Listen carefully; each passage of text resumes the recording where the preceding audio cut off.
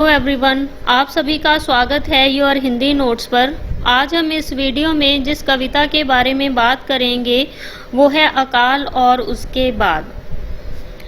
अकाल और उसके बाद कविता जो है वो नागार्जुन जी द्वारा लिखित बड़ी ही मार्मिक और हृदयग्राही कविता है और इस कविता की रचना 1952 में की गई थी। और काव्य संग्रह की बात करते हैं तो यह कविता जो है वो इनके द्वारा रचित बहुत ही प्रसिद्ध काव्य संग्रह है सतरंगी पंखों वाली। उसी काव्य संग्रह में संकलित है यह कविता।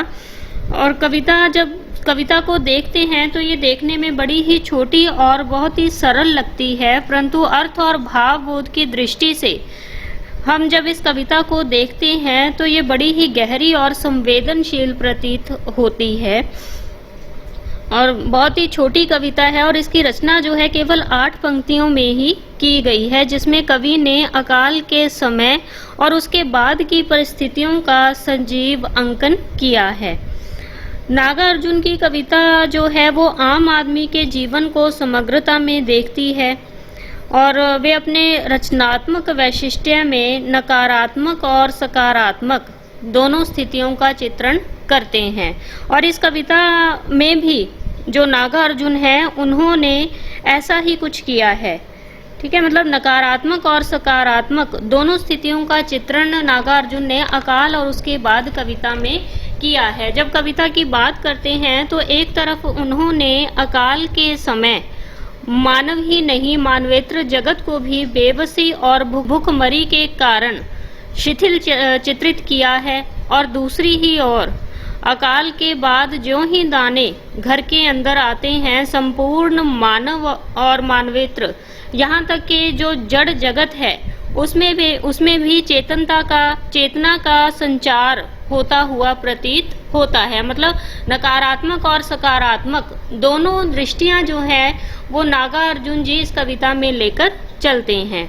ठीक है, कविता की व्याख्या करने से पहले कुछ महत्वपूर्ण कथन है इस कविता के बारे में, वो भी मैं आप लोगों को बताना चाहूँगी क्योंकि परीक्षा की दृष्टि से ये बहुत ही महत्वपूर्ण है और कथन से संबंधित ज़्यादातर प्रश्न जो है वो एग्ज़ाम में पूछे जाते हैं। तो नागार्जुन जी की ये जो कविता है अकाल और उसके बाद, इसमें सबसे पहला कथन जो है वो नामवर सिंह जी का है। नामवर सिंह ने इस कविता के बारे में क्या कहा है कि नागार्जुन की यह कविता भारतीय जनता की समस्याओं के प्रति प्रखर चेतना की कविता है। इसे आप नोट कर लीजिए, इम्पॉर्टेंट है।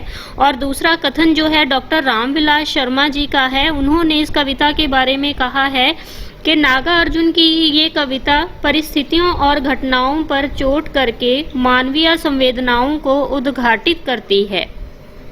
तीसरा कथन भी जो है वो रामविलास शर्मा जी का है।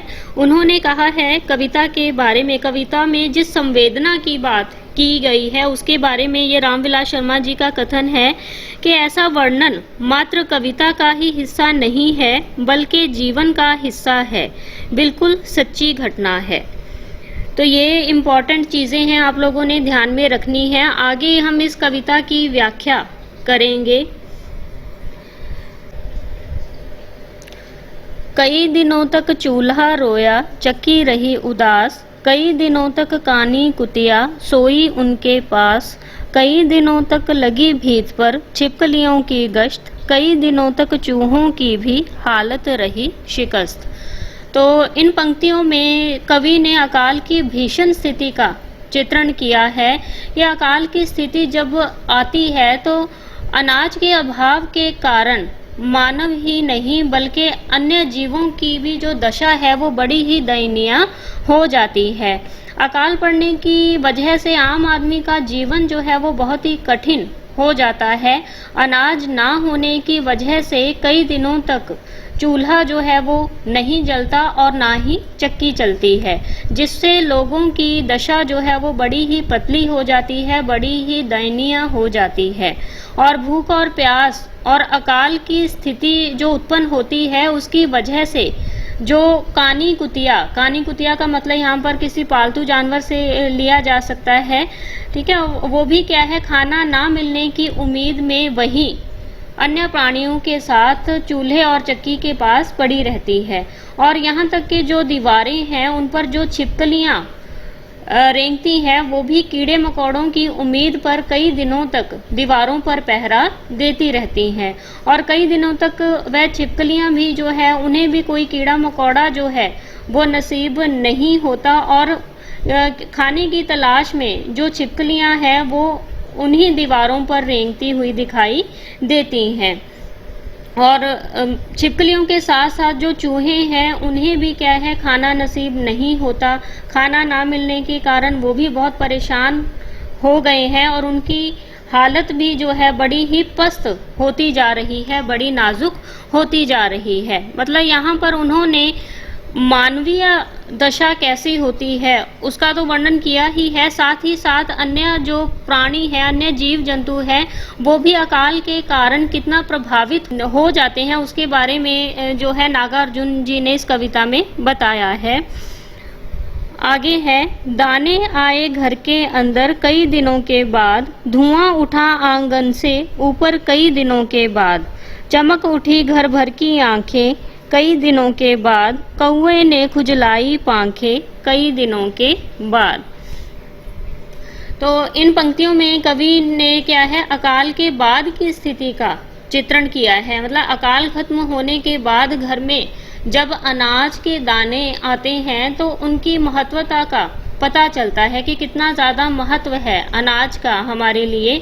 तो अकाल की विपत्ति जब चली जाती है, मुश्किल जो है अकाल की जो मुश्किल थी वो चली जाती है और घर में अन्न के दाने आते हैं, तो घर में क्या है, खुशी का माहौल और हलचल जो है वो प्रारंभ हो जाता है। और ऐसा लगता है मानो कोई मृत इंसान जो है वो वापस जिंदा होकर आ गया हो। और घर में कई दिनों के बाद जब चूल्हा जलता है और आंगन के ऊपर से धुआं उठता हुआ दिखाई देता है, तो ऐसा वातावरण जो है वो बड़ा ही खुशनुमा प्रतीत होता है। और अन्न की प्राप्ति होने की खुशी में जो भी घर वाले हैं, चाहे वो मानवेतर प्राणी है, सभी क्या है, सभी की आंखें जो है वो खुशी से, प्रसन्नता से चमकने लगती हैं। ठीक है, उन्हें लगता है कि आज बहुत दिनों के बाद भरपेट भोजन मिलेगा।